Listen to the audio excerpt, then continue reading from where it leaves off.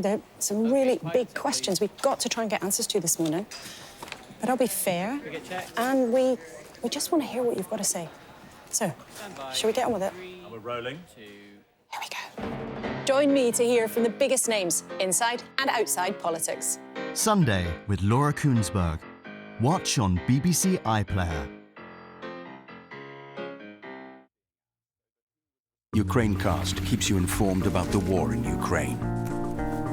There will just be one family that stays to look after the village's pets whilst that village is getting bombed. With twice-weekly updates. People who are extremely critical of the West on Russian TV, for example, don't necessarily believe what they say. Ukrainecast. Listen on BBC Sounds. You experienced racism. Why didn't you walk away? That's a really good question. You're a politician. You read the polls. I'm not a politician. I don't read the polls. Yeah, you I are sit a in Judiciary Committee. No, you are very definitely a politician. No. The very fact that there were not people who looked like you. Hold on. I'm only halfway through my answer. Is secret schooling happening across Afghanistan for girls? It does. You simply can't assume that. Actually, yes, you can. Hard Talk. Watch on BBC iPlayer. The day's most important stories sent every weekday morning direct to your inbox. Subscribe at bbc.co.uk/newsdaily.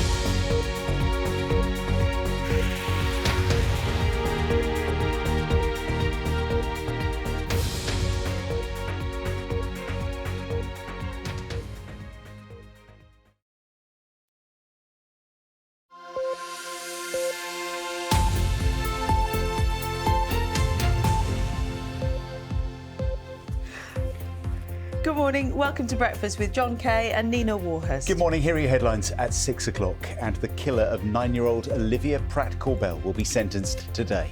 The youngster was shot in her home by drug dealer Thomas Cashman. He now faces a life sentence. Questions asked after a weekend of long delays at Dover. The port authorities and ferry operators say the traffic tailback has now cleared. But there's possible fresh disruption for holidaymakers as a 5-week strike by passport office workers begins at the busiest time of the year for summer renewals. Good morning. With just a month to go until Liverpool hosts the Eurovision Song Contest, I'm here to find out about the economic benefits it'll bring. And as organisers take over the venue, we've got some rather special access.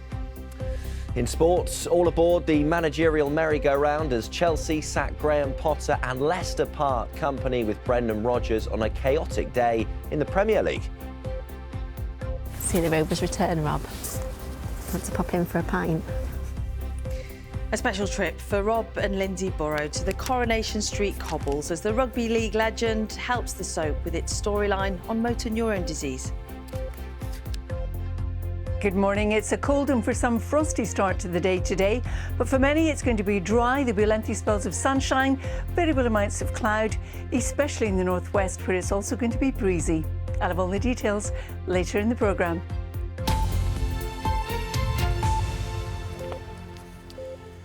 Hello, morning everybody. Monday morning, the 3rd of April, and our main story is that the man who shot and killed 9-year-old schoolgirl Olivia Pratt-Korbel in Liverpool last year is going to be sentenced for her murder later today.